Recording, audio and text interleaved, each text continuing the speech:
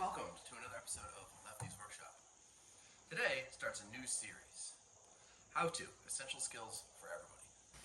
As many of you have seen on the internet, baby boomers like to criticize us millennials for being lacking in skills, how to do basic home maintenance, how to repair things we own, even how to drive a manual transmission. In this series of videos, I'm going to show you how to do those things, and basically, how to piss off a boomer and make them cry.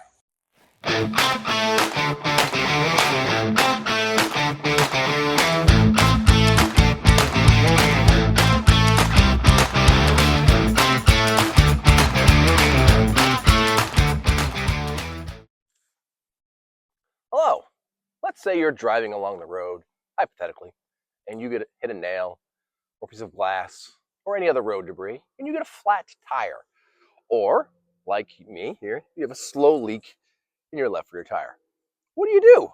Well, you can call AAA, and they will come with maybe an hour or two, and you'll be sitting around wasting your time waiting for AAA to come or any other service that would help you change your tire, or you can change it yourself.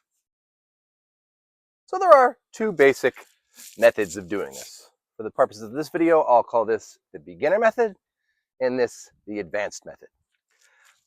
If you know how to do the advanced method or you have the tools to do the advanced method, I'm guessing you already know how to do this and don't need my help. For the beginning method, you need 4 things. A tire iron, which comes with your car and already fits your lug nuts. A crappy factory jack, which will raise your car.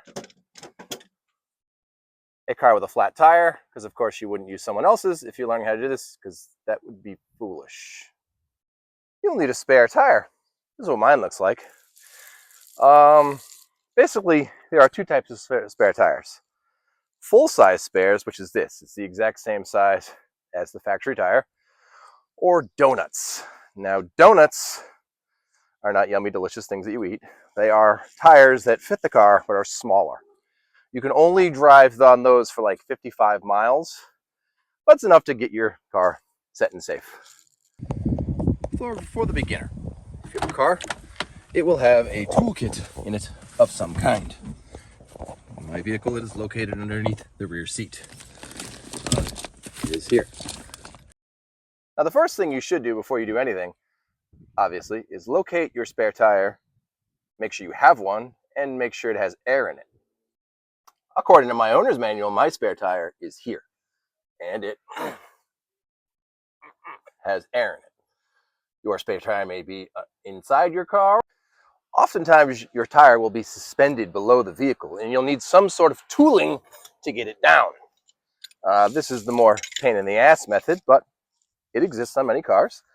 Now, in my vehicle, you have to do this. You have to build this little assembly here, which is a pain. Then you have to feed this stick inside this little hole until it finds nothing. In all honesty, this is the hardest part. Where are you, you little bugger? There it is.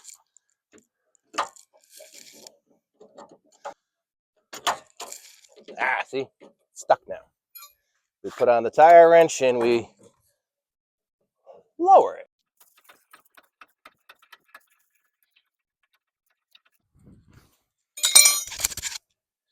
Then you wrestle with it to get it out from underneath the car,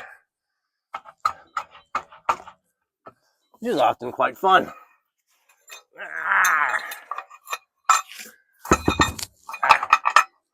Come on, you stupid thing. And now you have your spare tire. Yeah. Look at that. Now, the first thing you want to do before you do anything, before you jack the car up, is you want to break these, not actually break them, but slightly unloosen them. Not take them off, but break them. Now, if this is put on by a tire shop, it's going to take immense force. It's okay that once this is fully put on, to use your foot. And that's enough. It loosened it. You don't want to take it off. You just want to break it a little bit. It's the idea. Use your foot. And we all hopefully weigh more than the torque spec of these lugs, which I have no idea what it is.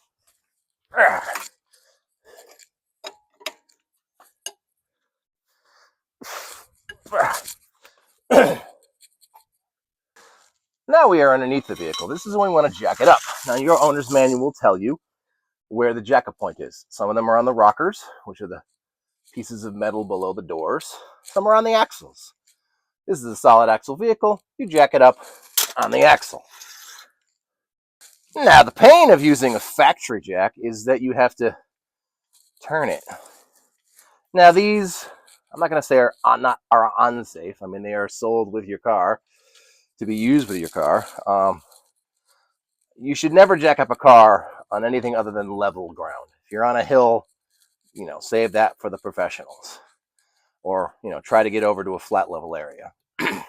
But these are perfectly safe as long as your vehicle is not entirely broken. But for the everyday tire changer, this is good enough. Now, do I use this on a normal basis? No. In fact, you'll notice it's very shiny, and I have never actually used this jack before. I use a nice hydraulic jack, but this is to teach you newbies how to do it. Now you'll notice that the top of the jack has a little divot in it, at least for ones that jack up on an axle. The divot just fits right into the axle. There's no exact specific space. It's just, the axle is a tube, and that is shaped to accept that. Okay? See how it's on there? Now the jack should be plumb with the ground. The car should be level, and then that touches. To use the jack, you need to put together this little arrangement. Take it. The hook goes in the little hook on the end of the jack, like so. And then the breaker bar goes on the end there, like so. And then you just crank the vehicle up.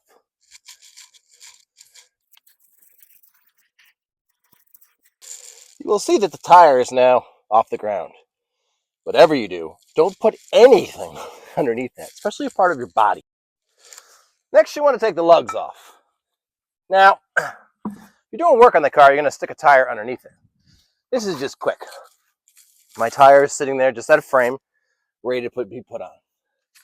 I'm not sitting, because if anything bad happens, you want to get out of the way of the car if it happens to decide it wants to fall.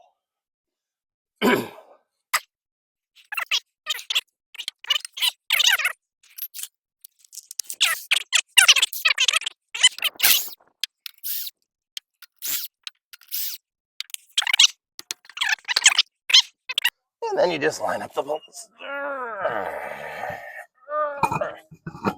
It's a heavy tire, heavier than normal.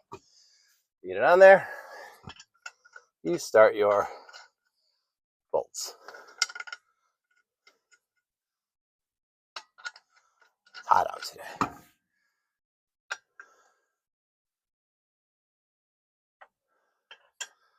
Now you want to make sure that they go on freely. Get that lined up. Push it back as far as it goes. You'd usually use a wrench if you don't have one. You don't want to tighten it up yet. You just want to set it. It's set now. Go back, you get your tire wrench, and you just put them on. They should spin freely, very easily. If they don't, there's a problem, and you got to have that fixed. That's a more advanced thing. Now, don't actually tighten them yet. Just snug them up.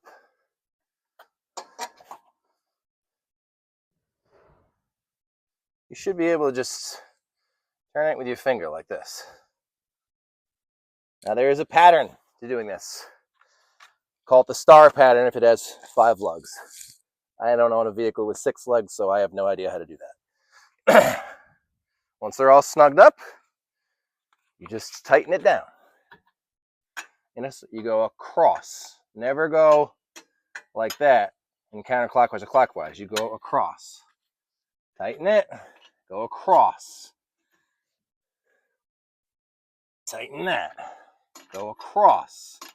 Not one next to it. Tighten it. Go across.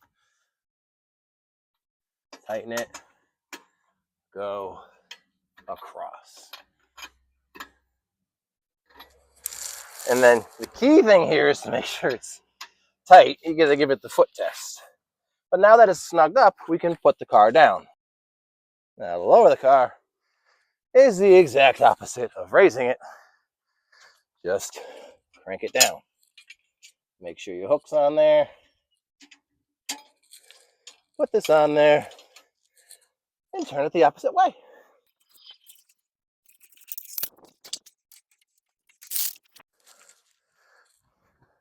And you tighten it using the star pattern. Cross.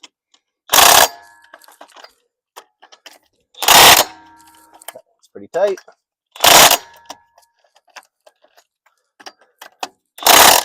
Now the next step is to find out why your tire has a flat. So you're looking for a nail or something sharp that is protruded in it. Little rocks in the grooves, those aren't bad. They're fine. Ah, bingo! We have ourselves a pesky little nail. Now you're going to bring this to your tire shop and have them put a plug in it. Should cost between $10 and $25 maybe. One thing to note, if the thing is in the sidewall, the side of the tire, your tire shop can't fix that. You will need a new tire. They're not lying to you or trying to screw you over. But this, right in the center of the tread, is an easy fix. Now you have just successfully changed a tire.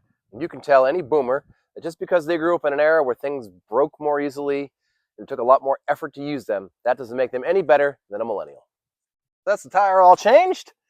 Now I'm going to go bring it to the tire shop and get it plugged and then do the reverse of it. That's all for today. We'll see you in the next episode where we do Lefty's Workshop. It's how-to essential skills for everybody, or you can watch my other regularly scheduled programming. Thanks for watching, and please remember to like, share, and subscribe. On a final note, make sure your spare tire has air in it, because that one doesn't have a lot of air in it. Kind of defeated my purpose. But we'll fix that. See you next week.